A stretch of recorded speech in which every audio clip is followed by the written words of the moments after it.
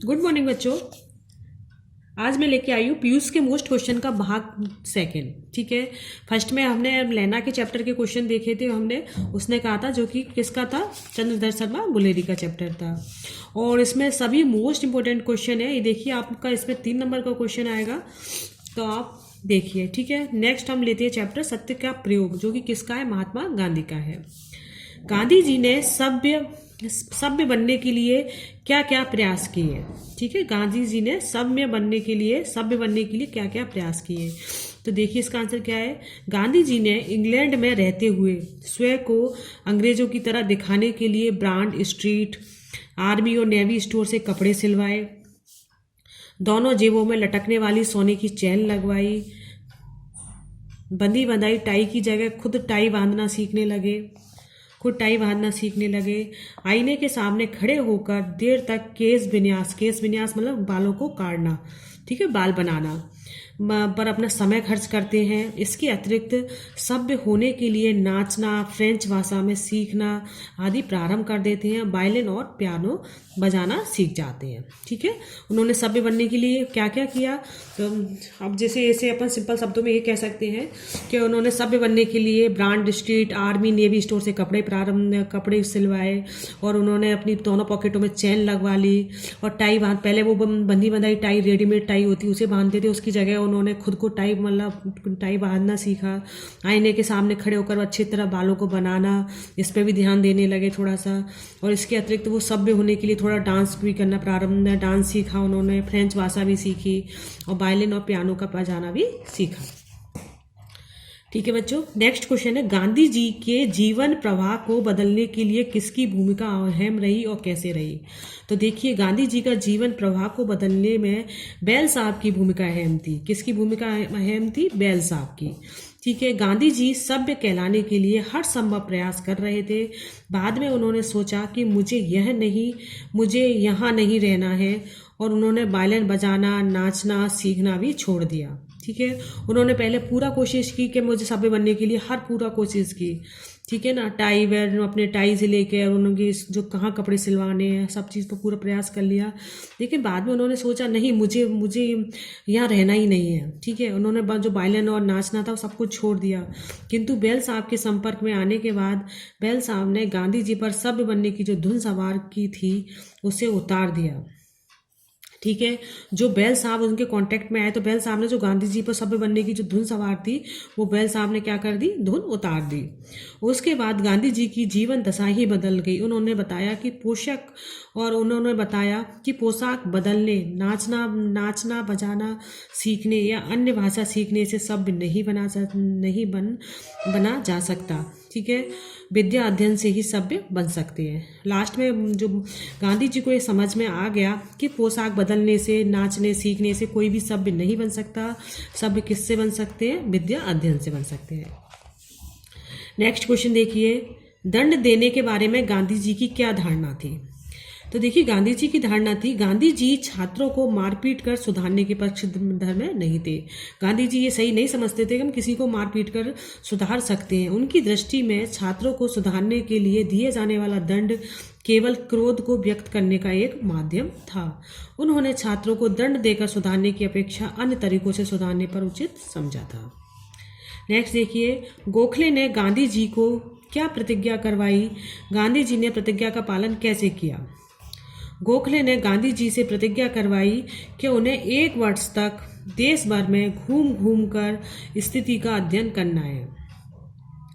ठीक है, गोखले ने गांधी जी से कौन सी प्रतिज्ञा करवाई थी बच्चों, उन्होंने प्रतिज्ञा करवाई कि जो गांधी जी है उन्हें 1 वर्ष तक, 1 साल तक देश भर में मतलब देश के कोने कोने में घूमकर वहाँ की स्थिति का क्या करना है, अध्ययन करना है। 1 वर्ष तक उन्हें और कुछ नहीं करना है, ना किसी को आंदोलन की क्रियान्वित करना है, ना विचार बनाना है, ना विचार प्रकट करना है। उचित अवसर आने पर ही उनकी प्रतिक्रिया देनी है। गांधी जी ने गोखले की प्रतिज्ञा को पूरी तरह से पालन किया था। ठीक है, इसमें गोखले ने में ये था कि तुम घूम घूम कर स्थिति का अध्ययन करो, ना कि कोई आंदोलन को ना तुम्हें कोई आंदोलन करना है, ना अपने विचार प्रकट करने हैं, ना किसी को कोई सलाह देनी है। बस एक उचित समय आने पर ही उसकी प्रतिक्रिया देनी है। गोखले का पूरा नाम क्या है, गोपाल कृष्ण गोखले। फिनिक्स का रसोई घर स्वावलंबी कैसे बन गया? तो देखिए, गांधी जी ने प्रस्ताव रखा कि सब अपना काम करेंगे, विद्यार्थी स्वयं अपना भोजन बनाएंगे। उनमें एक मंडली साग बनाने लगी, दूसरी अनाज साफ करने वाली, सफाई का काम नगेन बापू को सौंपा गया था। पियरसन ने बर्तन साफ करने की जिम्मेदारी ली और यह प्रयोग सबको अच्छा लगा। अपने अपने काम को उत्साह से करने के लिए इस तरह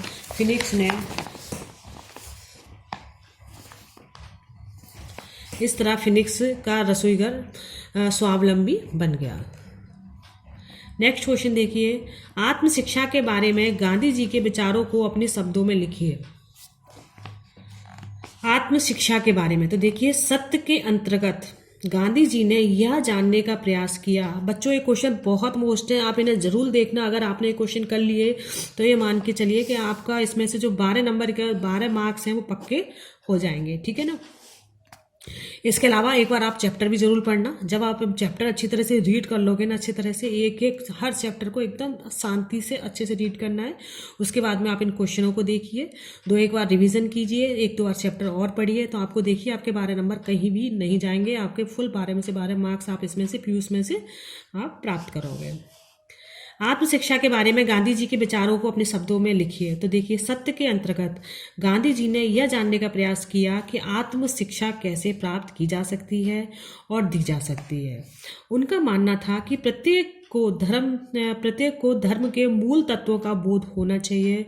उनका मानना था कि प्रत्येक व्यक्ति को जो उनके धर्म है उसके मूल तत्व माने उनको अपने धर्म के मूल जो भी उनका वो है उसका उनकी जानकारी पूरी होनी चाहिए, क्योंकि आत्मा के विकास से ही चरित्र का निर्माण होता है। उनका मानना था कि आत्मज्ञान चौथे आश्रम का विषय नहीं है, ठीक है। आत्मज्ञान चौथे आश्रम का विषय नहीं है। आत्मज्ञान विद्यार्थियों को मतलब प्रारंभ से ही उसको ये जानकारी होनी चाहिए कि हमारे धर्म का मतलब क्या उसका मूल तत्व क्या है, उसमें मतलब मूल तत्व क्या होना चाहिए, सारे उसे पता होना चाहिए। दंड का भय दिखाकर शिक्षार्थी को शिक्षा नहीं दी जा सकती। एक छात्र को दंड देने पर उन्हें स्वयं आत्मग्लानि का अनुभव किया था। उन्होंने अपने अनुभव से जाना कि पारिवारिक संबंधों से ही विद्यार्थी अधिक उन्नति कर सकता है, ठीक है। उनको गांधी जी को ये बात भी अच्छी तरह से रियलाइज थी कि हम किसी को दंड देकर नहीं सुधार सकते। हम उसे जब भी सुधार सकते हैं जब उसे हम अपनत्व की या अपनेपन की भावना से हम उसे आगे बढ़ाने पर बोल दें। अगर वो गलती भी करता है तो उसे प्यार से समझदारी से उसे समझाएं, ठीक है ना कि उसे पनिशमेंट देके। परस्पर सहयोग बढ़ाने के उद्देश्य से ही उन्होंने शांति निकेतन वैतनिक रसोइयों भोजन बनवाने की अपेक्षा अध्यापक और विद्यार्थियों से ही भोजन बनवाने का प्रस्ताव रखा, जिसे सभी ने स्वीकार कर लिया, ठीक है। परस्पर सहयोग बढ़ाने का उद्देश्य में इसमें क्या कहा है गांधी जी ने? उन्होंने कहा है कि शांति निकेतन जो उनकी वो थी, वहाँ पर उन्हें जो वेतन देकर रसोइये रखे जाते थे उनकी जगह उन्होंने अध्यापक और विद्यार्थियों से भोजन बनाने का प्रस्ताव रखा, जिससे एक तो क्या था कि वेतन की जो धन देते थे उसकी बचत हुई, दूसरा सब आत्मनिर्भर हुए और सब अच्छे से काम करते थे, आपस में परस्पर प्रेम की भावना भी बढ़ी। नेक्स्ट क्वेश्चन देखिए, गांधी जी आत्मनिर्भरता और स्वावलंबन का प्रयोग कैसे किया? तो गांधी जी ने स्वावलंबन एवं स्वदेशी पर भी प्रयोग किए। उनका मानना था कि आत्मनिर्भरता में चरखे और करघे की अहम भूमिका हो सकती है, ठीक है। आत्मनिर्भरता में किसकी भूमिका हो सकती है? चरखे और करघे की अहम भूमिका हो सकती है। देसी मिल के सूत का कपड़ा पहनने का निश्चय किया गया। उन्होंने निश्चय कर लिया कि हम बाहर का कपड़ा नहीं पहनेंगे, हम केवल अपनी जो देसी मिल है हमारी सूत, उससे जो सूत काटेंगे हम उसी का कपड़ा पहनेंगे। इसके लिए दूसरों का सहयोग लेना पड़ा। उसके लिए हाथ से सूत काटने का निश्चय किया गया। इसमें समस्या यह थी कि करघा चलाना किसी को नहीं आता था, क्योंकि आश्रम में अधिकांश शिक्षित और व्यापारी वर्ग के लोग थे। कटियावाड़ और पालनपुर से करघा चलाने सीखने वाले बुलाए गए। उन्हें इस बात की गारंटी देनी पड़ी कि उनका देसी सूत का बना हुआ कपड़ा खरीद लिया जाएगा, और इस प्रकार विशेष रूप से तैयार किया हुआ कपड़ा आश्रम वासियों को पहना, ठीक है। नेक्स्ट क्वेश्चन देखिए, अन्नाहारी होने के लिए किन बातों पर गांधी जी पर प्रभाव पड़ा? या अनाहार विषय पुस्तक पढ़ने पर गांधी जी पर क्या प्रभाव पड़ा? इसमें देखिए इसका आंसर है सॉल्ट की पुस्तक पढ़कर गांधी जी को अनाहार संबंधी अन्य पुस्तकें पढ़ने की प्रेरणा मिली। ठीक है, जब उन्होंने सॉल्ट की पुस्तक पढ़ी तो उन्होंने अन्य पुस्तक जो अनाहार की थी, अनाहार की जो पुस्तकें थी उन्हें पढ़ने की प्रेरणा मिली। हार्वर्ड विलियम की पुस्तक आहार नीति में ज्ञानियों, अवतारों और पैगंबरों के आहार और आहार विषयक विचार पढ़े। डॉक्टर मिशेज एना किंग्सफर्ड की पुस्तक उत्तम आहार संबंधी पुस्तकों के अध्ययन से गांधी जी को अनाहार के प्रति श्रद्धा बढ़ती चली गई। ठीक है, नेक्स्ट देखिए, मुझे लगा कि उसमें दया और न्याय की प्रवृत्ति है। उक्त कथन में गांधी जी ने किस संदर्भ में कहे हैं? तो देखिए, गांधी जी ने एक कथन उस अंग्रेजी पुलिस कमिश्नर के संबंध में जिससे किसी प्रकार सहयोग की अपेक्षा नहीं थी, किसके लिए कहे गए हैं? उस जो अंग्रेजी पुलिस कमिश्नर था उसके संबंध में कहे हैं जिससे किसी भी प्रकार की सहयोग की अपेक्षा नहीं थी। गांधी जी को संदेह था कि जो पुलिस कमिश्नर भी अंग्रेज है। गांधी जी को क्या संदेह था कि जो पुलिस कमिश्नर है वो भी अंग्रेज है और उन्हें सहयोग की आशा नहीं थी।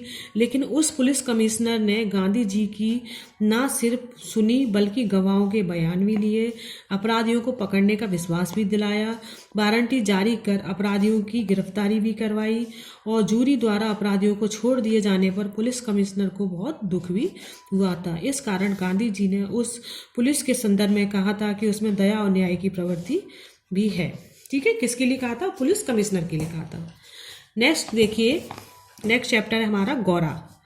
गौरा किसका है? महादेवी वर्मा का है। गौरा का देखते हैं।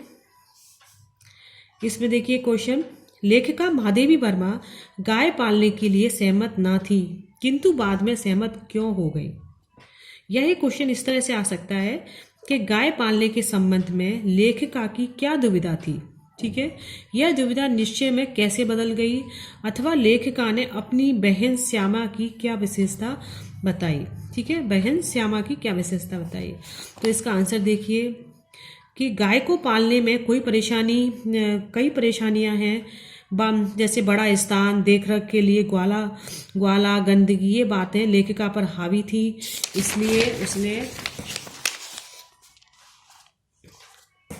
इसलिए उसने गाय पालने के बारे में कभी विचार नहीं किया। लेकिन लेखिका की छोटी बहन श्यामा ने प्रभावी ढंग से गाय की उपयोगितावाद पर भाषण सुनाया तो तत्काल उस सुझाव को कार्यान्वयन हो गया। ठीक है, श्यामा आत्मविश्वास के साथ जो कुछ कहती है उनका विचार संक्रामक रोगों के समान सुनने वाले को तत्कालिक प्रभावित करता है। तो इसमें क्या है, जो उसकी बहन थी ना श्यामा, वो आत्मविश्वास के साथ जो भी बात कह रही थी, तो जैसे किसी जो संक्रमण रोग होता है उसका प्रभाव दूसरे सामने वाले पर पड़ता है, उसी तरह उनकी बहन जो भी श्यामा इतनी कॉन्फिडेंस के साथ कह रही थी कि उसका सारा प्रभाव किस पे आ रहा था? महादेवी वर्मा पे आ रहा था। ठीक है, सुनने वाले पर तत्कालिक तुरंत प्रभावित हो रहा था। एक दिन जब श्यामा ने कहा कि तुमने इतने पशु पक्षी पाला करती हो, तो इसमें एक गाय क्यों नहीं पाल लेती जिसका कुछ उपयोग हो? श्यामा की यह बात सुनकर ऐसा प्रभाव हुआ कि गाय पालने के संबंध में जो दुविधा थी वो निश्चय में बदल गई। ठीक है ना, वैसे भी माधवी वर्मा को दुविधा थी कि पालूं कि नहीं पालूं, उसके लिए जगह चाहिए। लेकिन जैसे ही श्यामा ने कहा तो जो उनकी दुविधा थी वो तुरंत उनकी निश्चय में बदल गई। जब श्यामा की बछिया को देखा तो उसकी सुंदरता को देखकर लगा कि गाय भी सुंदर होती है, अन्य पशु पक्षियों की तरह उसे भी पाला जा सकता है। नेक्स्ट क्वेश्चन देखिए, लेखिका ने गौरा के शारीरिक सौष्ठव का जो वर्णन किया है उसे अपने शब्दों में लिखिए। या बाण की तीव्र गति क्षण भर के लिए दृष्टि में चकाचौंध उत्पन्न कर सकती है, परंतु मंद समीर से फूल का अपने वृंत पर हौले हौले हिलना दृष्टि का उत्सव है, कैसे स्पष्ट कीजिए। तो इसका आंसर देखिए, गौरा की उज्ज्वलता को देखकर ऐसा लगता था कि जैसे उसके रोमों पर अभ्रक का चूर्ण मल दिया गया हो। अब इसमें क्या है, महादेवी वर्मा है ना, वो गौरा जो कि उनकी गाय थी, उसकी जो उज्ज्वल इतनी गोरी थी, इतनी सफ़ेद थी, वो एकदम इतनी सफ़ेद थी, उसके बारे में वर्णन करती हैं कि उनकी जो गौरा गाय है उसकी सफ़ेदी को देखकर ऐसा लगता है कि जैसे कि उसके रोम रोम पर अबरक माने एक चमकीला होता है, उसका चूरन मलकर उस पर मल दिया हो, जिसके कारण जिधर आलोक पड़ता था उधर ही विशेष चमक उत्पन्न हो जाती थी। और जो चूरन डाल दिया उससे क्या ऐसा लगता था कि गौरा जिधर देखती है, गौरा का जिधर भी प्रकाश पड़ रहा है उधर ही चमक उत्पन्न हो रही है, और गौरा को जैसे इटालियन मार्बल से तराश कर उसे ओढ़ दी गई हो। तो जो महादेवी कहती है कि ऐसा लगता है जैसे जो गौरा इतनी सफ़ेद थी, इतनी गोरी थी कि उसे देखकर ऐसा लगता है जैसे कोई इटालियन मार्बल को तराश कर उसे में डाल दिया हो। उसके पुष्ट लचीले पैर हैं, उसके भरे हुए पुष्ट हैं, चिकनी भरी हुई पीठ है, लंबी सुडौल गर्दन है, निकलते हुए छोटे छोटे से सींग हैं, भीतर की लालिमा देते हुए कमल की 2 अधर खुली पंखुड़ियां जैसे कान हैं उसके, लंबी और अंतिम छोर पर काले संगन चामर का स्मरण दिलाने वाली एक पूंछ है। सब कुछ सांचे में ढला हुआ ऐसा लगता है कि सब कुछ जैसे गौरा को कोई भगवान ने सांचे में ढाला हो। गौरा की सुंदरता को देखकर किसी भी दृष्टि से जो दृष्टि है वो एकदम रुक जाती है, स्थिर हो जाती है, और उसकी चमक आंखों में कौंध जाती है, मतलब आंखों के सामने एकदम आंखें बंद हो जाती हैं, इस तरह से हो जाता है। और बाण की तीव्र गति भले ही क्षण भर के लिए दृष्टि में चकाचौंध उत्पन्न कर सकती है, किंतु वो चमक होती है वो क्षणिक होती है, जबकि सुंदरता का आनंद स्थिर दृष्टि से देखते रहने के लिए लिया जा सकता है। तो इसमें जो महादेवी जी कहती है कि जो भाले की जो चमक होती है वो क्षणभर के लिए होती है, उसमें हो सकता है कि थोड़ी देर की दृष्टि चकाचौंध हो जाए, लेकिन जो गौरा की चमक थी वो ऐसी थी, उसकी सुंदरता ऐसी थी जिससे मतलब एकदम आनंद स्थिर, मतलब बार बार देखने में आनंद आ रहा था, ठीक है ना। और मंद समीर के झोंके से फूल को अपने वृंत पर हौले हौले हिलता देखना आनंदित करता है, वैसे ही गौरा की सुंदरता का आनंद स्थिर दृष्टि से लिया जा सकता है। नेक्स्ट क्वेश्चन देखिए, गांधी जी ने गाय को करुणा की कविता क्यों कहा है? ठीक है, अगर ये लाइन आ जाए तो ये मत सोच लेना कि सत्य के प्रयोग से है। किससे है जी? महादेवी वर्मा की है, गौरा से। गाय के नेत्रों में हिरण के नेत्र जैसा चकित विस्मय ना होकर एक आत्मीय विश्वास ही रहता है। इस कथन का आशय स्पष्ट कीजिए। तो देखिए, जो गाय थी वो हिरण की भांति ही सीधा सरल स्वभाव वाला पशु है। वह अहिंसक और किसी को हानि न पहुंचाने वाला पशु है। हिरण सदैव इस बात से भयभीत और आशंकित रहता है कि कहीं शिकारी का शिकार ना हो जाए, कहीं उसका कोई पीछा तो नहीं कर रहा, कहीं आसपास कोई शिकारी तो छिपा हुआ नहीं है। अतः इस आशंका में हिरण की आंखों से भय भरा होता है, किंतु गाय को मनुष्य से इस तरह की आशंका नहीं रहती, बल्कि एक विश्वास रहता है कि मनुष्य से उसका कुछ अहित नहीं होगा। ठीक है, गाय के इस सीधे सरल स्वभाव के कारण ही गांधी जी ने गाय को करुणा की कविता कहा है, क्योंकि कुछ क्रूर मनुष्य अपने निज स्वार्थ के लिए गाय जैसे सीधे सरल पशु की हत्या भी कर देते हैं, अथवा थोड़े से धन के लालच में कसाई को बेच देते हैं। नेक्स्ट क्वेश्चन देखिए, लेखिका ने दुग्ध महोत्सव का जो वर्णन किया है उसे अपने शब्दों में लिखिए। गौरा प्रात और साय मतलब सुबह शाम 12 किलो दूध देती थी। बछड़े जो गौरा का जो बछड़ा था उसका नाम था लालमणि के पीने के बाद भी इतना दूध शेष रहता था। आसपास के बच्चों से लेकर लेखिका के जो पालतू पक्षियों को दूध पिलाया जाता था। कुत्ते बिल्लियों ने तो एक अद्भुत सा दृश्य उपस्थित कर दिया था। दुग्ध दोहन के समय गौरा के सामने बैठ जाते थे। घर का नौकर उनके सामने बर्तन रख देता था। किसी विशेष आयोजन पर आमंत्रित अतिथियों के समान वे परम शिष्टता का परिचय देते हुए प्रतीक्षा करते थे। कौन देते थे? उनके जितने भी पशु पक्षी थे, कुत्ता बिल्ली सब। फिर सबके पात्रों में दूध डाला जाता था, जिसे पीने के बाद वे एक बार फिर अपने स्वर में कृतज्ञता का ज्ञापन सा करते हुए गौरा के चारों ओर उछलने कूदने लगते थे। ठीक है, और जब तक वे ना चले जाते गौरा प्रसन्न दृष्टि से उन्हें देखती रहती थी। जिस दिन उनके आने में विलम्ब हो जाता तो गौरा रमा कर उन्हें पुकारने लगती थी। धन्यवाद बच्चों। अगर आपको इसकी PDF चाहिए हो तो आप कमेंट जरूर करना, और आपको वीडियो कैसी लगी उसका भी कमेंट आप जरूर